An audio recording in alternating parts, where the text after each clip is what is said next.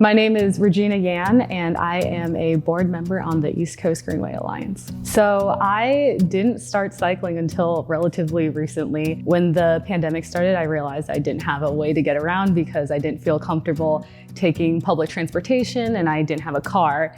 And when I went back home to visit my family, I found my sister's old bicycle in our garage and on a whim decided to take it to the grocery store when I needed to get some food. And it just sparked this moment of, oh wow, I can take this anywhere and I can go wherever I need to go.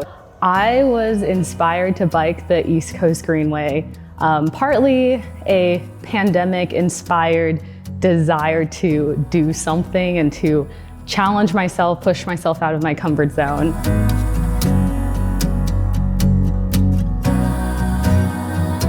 So some key high moments were all the people I met. I think the individuals brought a lot of color and joy and meaningful interactions to the trip. Being able to see a slice of the United States from the New England culture in Maine all the way down to the island vibes in Key West and then everything in between, certainly a highlight. But I also think that looking back, the lows weren't even that bad. It was just when I'm in this intense journey and I'm reflecting all day long, all the tough moments feel especially difficult.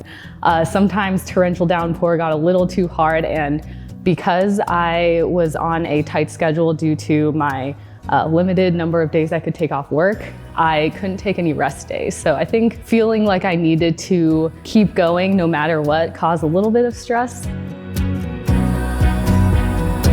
Being able to meet new people and see old friends made the trip a lot more meaningful. It didn't feel like I was just passing through a city. It felt like I was getting to know what was important in the community. And when I went through Hartford, I stayed with a Warm Showers host who introduced me to the cycling community and the community bike shop he was managing. Charleston isn't just a port city that I bike through. Now it's the place where I spent the night on a boat in the marina and hung out with these Canadians who are about to sail the entire world. New York is not just a big metropolitan city. It is where I got to reconnect with one of my best friends and eat the best pizza in the city. I think being able to meet people along the way connects me more to the communities I'm biking through and makes the whole experience a lot more meaningful.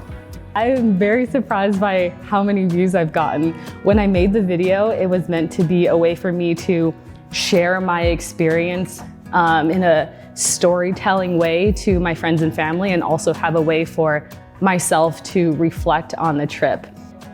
Biking has been a very individual experience for me. My Greenway trip was solo. I used biking mainly for commuting purposes.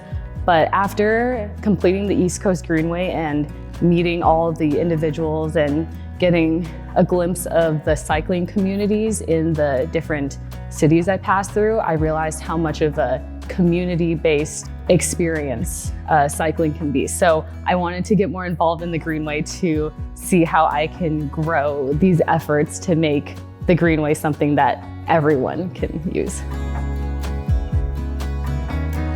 I've been trying to use social media and artwork that I'm developing to raise awareness about the Greenway. I have been doing a bit of digital nomading in the Midwest and the West Coast and seeing how communities like San Francisco, where I am living currently, approach their bike pedestrian accessibility. So I am on a personal growth phase of learning about how to be my best self when it comes to bike advocacy and seeing where that goes.